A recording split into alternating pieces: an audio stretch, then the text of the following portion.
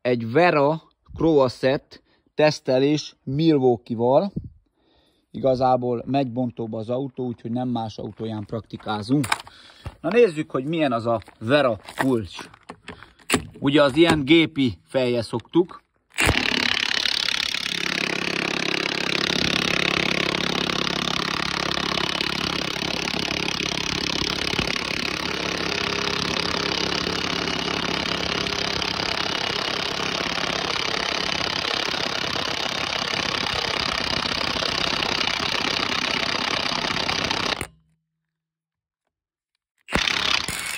És 4-esen el is törte.